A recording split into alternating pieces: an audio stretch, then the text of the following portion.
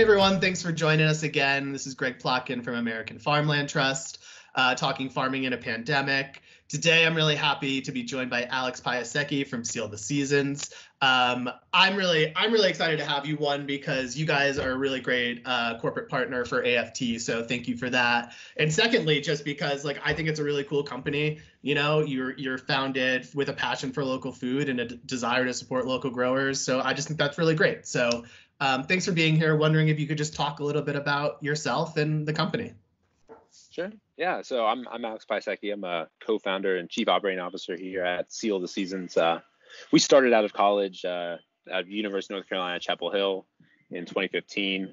Really just started very small. We wanted to find ways to bring farmers market product from, specifically the North Carolina Triangle farmers markets to grocery stores in North Carolina. And that vision, was accomplished, and it's a lot of hard work, a lot of working really closely with farmers here in North Carolina, and we've been lucky enough to take that same locally grown, locally frozen, and locally sold initiative across the country to about 4,000 grocery partners year round. So no matter if you're in Oregon, you can buy Oregon strawberries and Oregon blueberries and support your local farmers year round. If you're in New York or New Jersey, you can support your local New Jersey and New York farmers year round by buying their strawberries and cherries and blueberries. So that's really what the basis of our company is all about, is, finding more ways to get local food into grocery stores. And we envision a grocery store that has local food options in every aisle of the grocery store, really empowering local farmers to put local produce to work. Yeah, I mean, and I think that's really great. So you guys have California strawberries, you have a specific product, and then that the farmers from that state grow really well, and you freeze it at the peak of freshness, and you get it on supermarket shelves. And so obviously, with the coronavirus pandemic, a lot of farmers are losing some of their markets. Farmers that have sold to schools or restaurants or wherever. Are you having more people come to you and being like, I wanna partner with you? Yeah. I mean, I think we've started to see it a little bit already. We just recently launched a vegetable program doing frozen vegetables in the same locally grown, locally frozen, locally sold manner. And we're seeing a lot of inbound interest on vegetables, specifically in the Southeast. I think we haven't seen that interest peak yet because I think we're still early in the growing season here in, early April when it comes to fruit. But we're already having conversations with growers across the country right now. Want to check in how they're doing and see what struggles they're facing, because it's important to connect on things that aren't strictly business and really get to that personal level with folks. Sure. But as well, we're definitely getting a lot of inbound interest on strawberry growers. And what we're trying to do is, honestly, we're trying to take a look at what we think we need in our demand, because we only can get to buy North Carolina strawberries or California strawberries once a year, right? And seeing how much we need and how much more we can actually pay for. And if we're able to freeze more, we're gonna freeze more, because we want to keep supplying high quality fruit year round, but also want to support our local farmers. If they need this and need this outlet, we're going to try to do as much as we can for them to buy. And also we're trying to work with local local school systems as they start to transition from not just providing food in the school, but actually providing food directly to children's homes, like here in Durham, North Carolina. That's a program that we're working with. We want to make sure we find ways to have outlets for other fresh items as well, not just for frozen, for these farmers. Yeah, and I think it's really cool because you're giving this product that is actually really fragile in a lot of ways, such a long shelf life, and that's the problem. You can really only get fresh strawberries in a lot of the country, for a couple weeks a year. And you're actually allowing farmers to maybe grow more than they could sell fresh, so I think that's really cool. Yeah.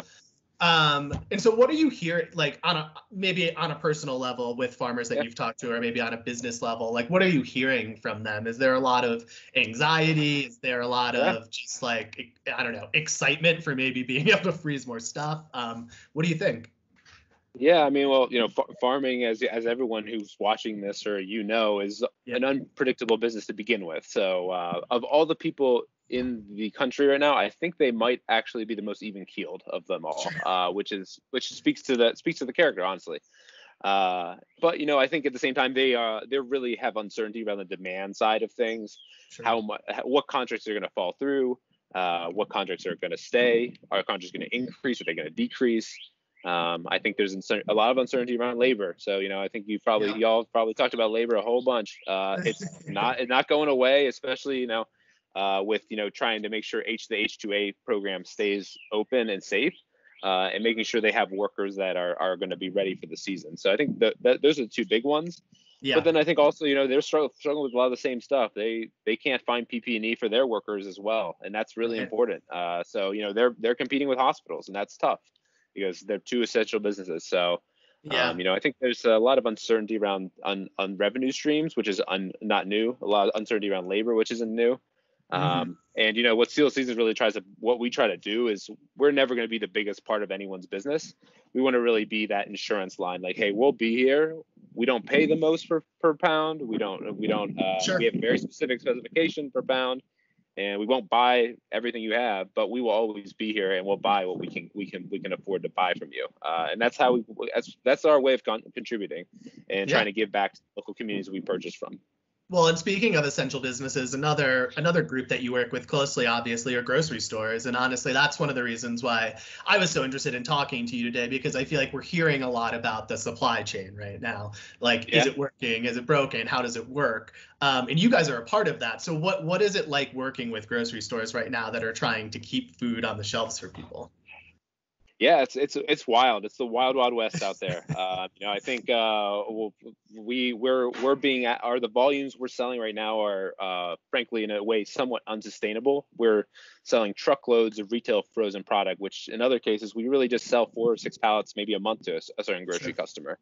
So we're seeing increased demand, but we're still seeing empty shelves. So I think it speaks to the fact that when the whole food industry moves into grocery, there's a lot of demand there. But I think our suppliers we're able to fulfill things because we operate on a very local and regional supply chain. We're buying from American farmers, so there's no problems with line time, no problems with sourcing, no problems with things coming over on a boat. We are able to kind of be flexible and fulfill a lot of those orders for folks, and that's only because we work so closely with the people we work with on a local level. Sure. So I think that's been probably the most interesting, but also validating part is the fact that we're able to work quicker and more agile than some of the largest frozen fruit brands out there and frozen vegetable brands out there, which makes me proud, and it makes me really incredibly grateful to be working with great local American farmers. So do you think it's peaked yet, the demand, or do you think it's going to continue through the summer? Because there's a lot of farmers obviously making decisions right now about what they're going to put in the ground. So I know it's tough. So like I said, we're committing to try to, as much as possible, buy more right now. Because we don't know. Our perspective is that we think the demand will continue to be up for the next 2-3 months. Then it will go down a little bit, and then there's a recession, and then I don't know what the future holds. But what we can do right now is work really closely with our farm partners to source as much as possible in some cases, and try to allocate our capital as smartly as possible to make sure that we exist in 12 to 18 months, because that's right. At the end of the day, just like farms, it's about floating the boat and floating through this, and I think we're in a position to do so. We just need to. We're trying to keep as close an eye on the grocery market as possible, and it's hard to say. I think we'll be busy for the next few months for sure. Well, and like you mentioned, because you guys are local, you work with local farmers, you work with local grocers, you work with local transport and truckers. You guys seem like you're better positioned than maybe other people to really be able to get product where it needs to go. Yeah, absolutely. I think we're in the best position to do that in the frozen side. It's for us, it's just that we only get one shot to source our products, and so we just need to take that shot as cleanly as possible, and then let the farmers and growers do what they do best, which is grow the food with limited labor, with constrained supply, and then we can do what we do best, which is get that stuff frozen and packaged. And then out to grocery stores to make sure that everybody's eating local while they can, and really giving all that money back that they're spending, as much of it right back to the local community, because that's what it comes down to, is supporting in the economy, we're going to need to make sure we support our local communities, and that's what Seal Season stands for on a bigger level than really bringing that local produce to market. Yeah, and it's great what you guys are doing, and we're so appreciative that you're a supporter of American Farmland Trust. And just, I like to close these conversations with anything you want to say to the people listening about Seal the Seasons, about yourself, how you're coping with what's going on. The floor is yours. Yeah, no, I think it's this is a more important time than ever to really, identify with where your food comes from. I think that's an overwhelming thing that I have discovered since working on this initiative, on this project, on this company, is that is such a validating thing to know. And I think you'll find that you'll notice the quality difference as well. So I think on a large part, I think Seal Seasons is really about trying to make sure people can identify closer to where their food comes from. We recently just went through a rebrand that has, the farmer is illustrated in the front, the farmer signs the bag, the farm locations on the front, and they have a story and a profile on them on the back. That's the produce system I envision moving forward, especially in value added, is one that, we don't just say this little broccoli floret is a broccoli floret and I don't know where it's from. Really have that transparency, because I think people need transparency on everything, and whether it's transparency on how your government spends your money, transparency on where the coronavirus tests are coming from and when you're going to be able to be let out of your house, and transparency about where your food's coming from, and I think that's overwhelmingly something that we're really focused on, and something that for me I think is been a highlight over the next, and a silver lining in some ways over the last month and a half.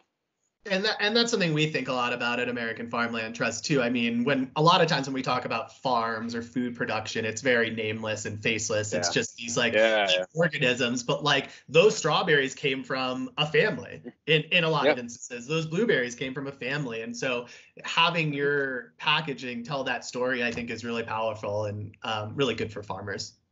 Yeah, no, absolutely. Yeah, we're excited. Well, I really appreciate you taking the time with us today. Absolutely. Alex, stay safe out there. We'll talk to you soon. All right. Thanks, Greg. Thank you.